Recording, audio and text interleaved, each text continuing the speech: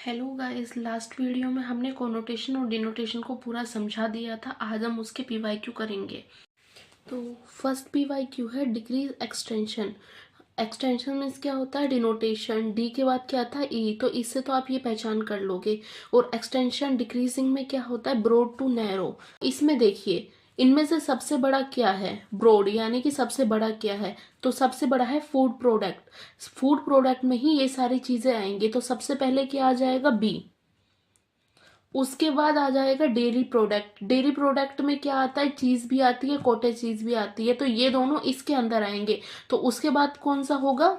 B के बाद सी। उसके बाद आ जाता है चीज या कॉटेज चीज, तो उसके बाद आ जाएगा चीज। तो क्या आ जाएगा? ए।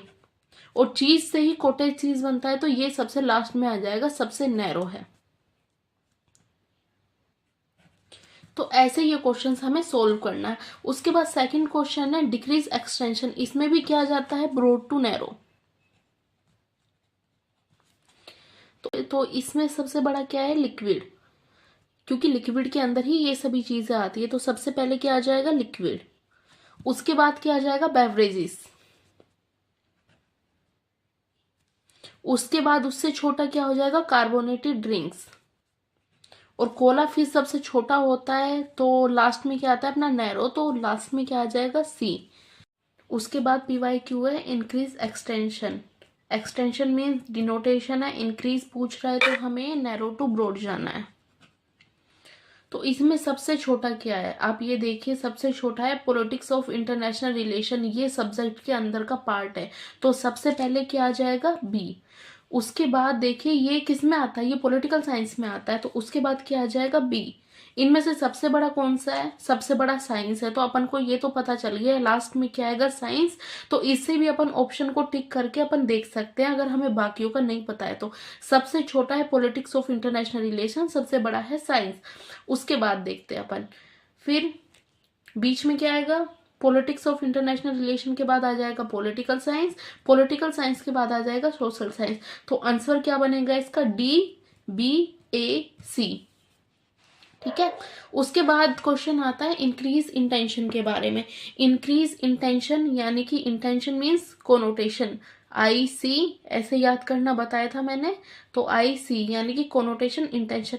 इंक्रीज पूछ रहा है कोनोटेशन में, तो वो जाता है ब्रॉड टू नैरो। तो इसमें से सबसे बड़ा क्या है? सबसे बड़ा एनिमल है। एनिमल के अंदर ही ये आते हैं। उसके बाद क्या है? मैमल। मैमल के बाद फ्लाइन। फ्लाइन एक प्रजाति है, इसलिए टाइगर से बड़ी होती है। उसके बाद सबसे लास्ट में सबसे छोटा क्या है? टाइगर। तो आंसर क्या हो जाएगा? डी, सी, बी, ए। उसके बाद क्वेश्चन है इंक्रीज डिनोटेशन। डिनोटेशन मीन्स क्या होता है? एक्सटेंशन। डी के बाद क्या आता है? ई। तो डिनोटेशन मीन्स एक्सटेंशन। इंक्रीज पूछ रहा है, इसलिए हमें नैरो टू ब्रॉड जाना है। तो देखो इसमें सबसे छोटा कौन सा है? स्पोर्ट्स सबसे बड़ा है, क्योंकि स्पोर्ट्स के अंदर ही आ जाता है। तो हमको ये तो पता चल गया, लास्ट में क्या आएगा? सी आएगा। उसके बाद बोर्ड गेम्स भी बड़ा होता है, इंडोर गेम्स भी बड़ा होता है। तो सबसे पहले क्या आएगा? चेस। सबसे पहले क्या आएगा? चेस। फिर आएगा बोर्ड गेम। क्यों? क्योंकि इंडोर गेम्स के अंदर आता है चेस और बोर्ड गेम। उसके बाद डी, उसके बाद सी।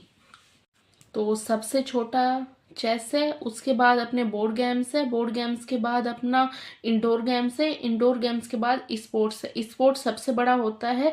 फिर स्पोर्ट्स में इंडोर गेम्स के अंदर ये दोनों आते हैं, और चेस सबसे छोटा होता है। तो ये वाला क्वेश्चन हो गया।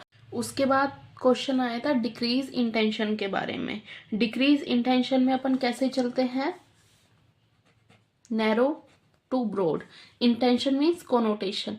अब आप ये देख लीजिए, मान लो आपको इनका नहीं पता। आपको एक का तो पता ही होगा कि फिल्डर सबसे छोटा है इनमें से। तो अपन को क्या करना है? सी तो सबसे पहले लिख देना है। हो सकता है कि एग्जाम में एक से ही पूरा अपन ऑप्शन चुन सके, लेकिन बाई चांस नहीं हो रहा है, तो फिर अपन को ये एथलीट इन सब में बड़ा होता है। तो अपन को ये पता चल गया, सी सबसे पहले आएगा, बी सबसे बाद में आएगा। उसके बाद फील्डर के बाद क्या होता है? बेसबॉल प्लेयर होता है। तो उसके बाद क्या आएगा? ए। उसके बाद आता है बॉल प्लेयर। बेसबॉल प्लेयर से बड़ा होता है। उसके बाद एथलीट सबसे बड़ा होता है। तो कोनोटेशन और डिनोटेशन से ऐसे क्वेश्चंस आते हैं। अगर आपने बस ये नैरो टू ब्रॉड वाला ये याद कर लिया तो अपन इसके क्वेश्चन आसानी से कर सकते हैं। Okay, thank you guys.